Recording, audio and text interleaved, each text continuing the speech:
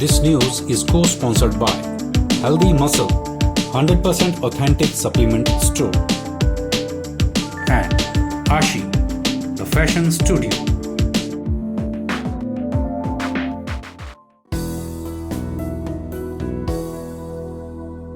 Congress party ने हिमाचल प्रदेश के लिए अपना घोषणा पत्र जारी कर दिया है, जिसका नाम कांग्रेस प्रतिज्ञा पत्र 2022 रखा गया है। 10 गारंटी कांग्रेस पार्टी ने घोषणा पत्र जारी करने से पहले ही दे दी थी, जिन्हें मैनिफेस्टो में शामिल किया गया है। कांग्रेस पार्टी ने ओपीएस 1 लाख लोगों को पहले ही कैबिनेट में नौकरी देने का ऐलान किया है। इसके अलावा 300 यूनिट मुफ्त बिजली, नई पर्यटन नीति, कृषि बागवानी आयोग, नई वन एवं पर्यावरण नीति और स्पेशल फूड पार्क सहित कई बड़े ऐलान किए हैं।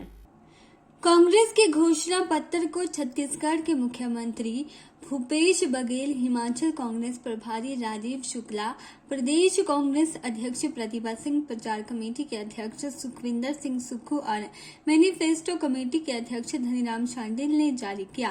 इस मौके पर कांग्रेस नेताओं ने कहा कि कांग्रेस जो वादे करती है उन्हें पूरा भी करती है। हिमाचल प्रदेश के लोगों को महंगाई, बेरोजगारी, भ्रष्टाचार से राहत देने के लिए पार्टी ने प्रतिज्ञा पत्र जारी किया है, जिसे सरकार बनते ही लागू भी किया जाएगा। कांग्रेस पार्टी भाजपा की तरह जुमलेबाजी नहीं करती है। पर्यटन, कृषि, बागवानी, वन एवं पर्यावरण क्षेत्र में सुधार कर प्रदेश को आर्थिक रूप से सुदृढ़ किया जाएगा। तमाम ऐसी बातें डाली हैं, जैसे 1500 रुपए हर महीने महिला को देना, जैसे युवाओं को नौकरी देना, युवाओं का स्टार्टअप फंड बनाना, उसमें पैसे देना, गोबर खरीदना गांव की व्यवस्था के लिए 2 रुपए, मतलब लाखों रुपए का गोबर छत्तीसगढ़ में एक एक परिवार बेच रहा है। हमने दूध खरीदने का स्कीम, तो उससे पैसा लोगों के पास आएगा और उस पैसे से वो महंगाई जो महंगाई ये केंद्र सरकार बढ़ा रही है, उस महंगाई से वो मुकाबला कर सके। उनको आर्थिक रूप से चाहे शहर हो और चाहे गांव हो, उनको हम शक्तिशाली बनाएंगे, नौकरियां देंगे, रोजगार के अवसर पैदा करेंगे और इसके अलावा ग्रामीण अर्थव्यवस्था को इसके जरिए मजबूत करेंगे। बागवान अपनी जब फसल की कीमत खुद तय करेंगे तो उनको मुनाफा होगा, किसान अपनी फसल की कीमत खुद तय करेगा, सब्जी उगाने वाले अपनी खुद तय करेंगे। तो ग्रामीण और शहर दोनों जगह जब लोगों को ज्यादा पैसा मिलेगा तो महंगाई का मुकाबला वो कर पाएंगे, क्योंकि उसमें हमने बहुत चीजों की व्यवस्था की है, जिसमें आपको सारी चीज भ्रष्टाचार मुक्त पारदर्शी प्रशासन हम देंगे।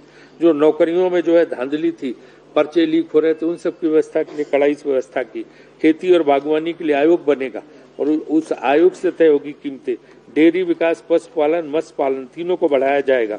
हर घर में 4 गायों तक की खरीद पर सब्सिडी मिलेगी। पशु चारा के लिए विशेष अनुदान मिलेगा जो फॉडर है। नई पर्यटन नीति हमने बनाई है, स्मार्ट विलेज की नीति और टैक्सी सेवा पर्यटन का अभिन्न अंग है। टैक्सी वालों को हम बहुत राहत देने वाले, यहाँ टैक्सी सर्विस यूनियन है उनसे, क्योंकि हमने जो घोषणा पत्र तैयार किया है। कुल मिलाकर भाजपा की सरकारों ने लोगों के जीवन को कठिन ही बनाया है और अपने चुनावी वादों को पूरा करने की जगह उसे चुनावी जुमला कहकर टाल दिया है।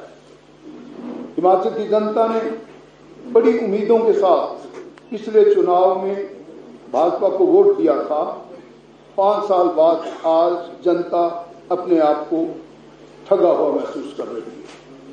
कांग्रेस की सरकार अपने चुनावी वादे पूरी करती आई है।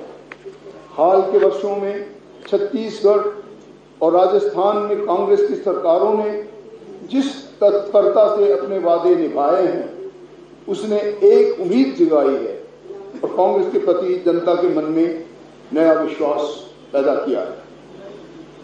इस विश्वास को देखते हुए हमने इस बार घोषणा पत्र जारी करने से पहले हिमाचल की जनता को 10 गारंटी दी है। इन गारंटियों में से 2 गारंटी पुरानी पेंशन योजना की बहाली और 1 लाख सरकारी नौकरियों के बारे में तो हमारी नेता प्रियंका गांधी जी ने यह भी ऐलान कर दिया है कि सरकार बनते ही मंत्रिमंडल की पहली बैठक में इन पर अमल हो जाएगा। इसके अलावा युवाओं को 5 लाख रोजगार देने और अपना कारोबार शुरू करने के लिए स्टार्टअप फंड बनाकर हर विधानसभा में 10 करोड़ रुपए देने का प्रावधान किया गया। वहीं पुरानी पेंशन बहाली को लेकर छत्तीसगढ़ के मुख्यमंत्री भूपेश बघेल ने कहा कि कांग्रेस शासित राज्य ने इसे लागू कर दिया है। भाजपा इसको लेकर गुमराह करने की कोशिश कर रही है। छत्तीसगढ़ सरकार के कर्मचारियों का 17,000 करोड़ रुपए केंद्र के पास है, जिसे देने से केंद्र सरकार ने मना कर दिया है, लेकिन कारण नहीं बताया है कि क्यों इस पैसे को वापस नहीं लौटाया जा रहा है। छत्तीसगढ़ सरकार इसको लेकर केंद्र सरकार से पत्राचार करेगा और कानूनी सलाह भी ली जा रही है। यह पैसा छत्तीसगढ़ के कर्मचारियों का अधिकार है, जिसे केंद्र सरकार से वापस लिया जाएगा। पहली बात तो यह है कि वो राशि 17,000 करोड़ है, जो राज्य सरकार और छत्तीसगढ़ के 3 लाख कर्मचारी अधिकारी हैं, उसकी राशि भारत सरकार के पास 17,000 करोड़ रुपए जमा है। भारत सरकार को हमने पत्र लिखा कि वो पैसा, चूंकि हमने ओल्ड पेंशन स्कीम लागू कर दिया, वो पैसा हमें राज्य वापस भेज दे। उन्होंने पैसा वापस करने से इनकार किया है, लेकिन कारण उन्होंने नहीं बताया है। कारण तो बताने होंगे, हम फिर से पत्राचार करेंगे। पैसे तो कर्मचारियों के साथ व्यक्तिगत रूप से उनका एग्रीमेंट हुआ है और उसी एग्रीमेंट के तहत राजस्थान में पैसा वापस, वो अपना पैसा निकालना शुरू कर दिए। अब इसमें कारण क्यों नहीं दे रहे हैं ये हम पूछेंगे और उसके बाद लीगल एडवाइस भी लेंगे और व्यक्तिगत उनके एग्रीमेंट है, खाता भी खुलवाएंगे, एग्रीमेंट करेंगे राज्य सरकार के हिसाब से, ओल्ड पेंशन स्कीम लागू करेंगे और पुराने पेंशन के तहत अब पेंशन के लिए वेतन में कोई अंशदान की कटौती नहीं होगी। नंबर 1, सेवानिवृत्ति के पर पेंशन की पूरी गारंटी। नंबर 2, सेवानिवृत्ति पर अंतिम मूल वेतन के 50% पेंशन बनेगी।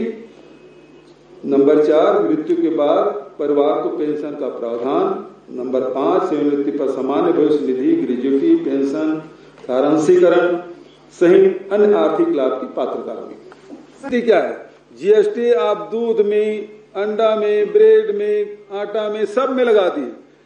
पेट्रोल डीजल में था ही, रसोई गैस में थे। लोगों की क्रय शक्ति का हमने कम कर दिया है। के चैनल के लिए शिमला से पुष्पेंद्र कुमार की रिपोर्ट।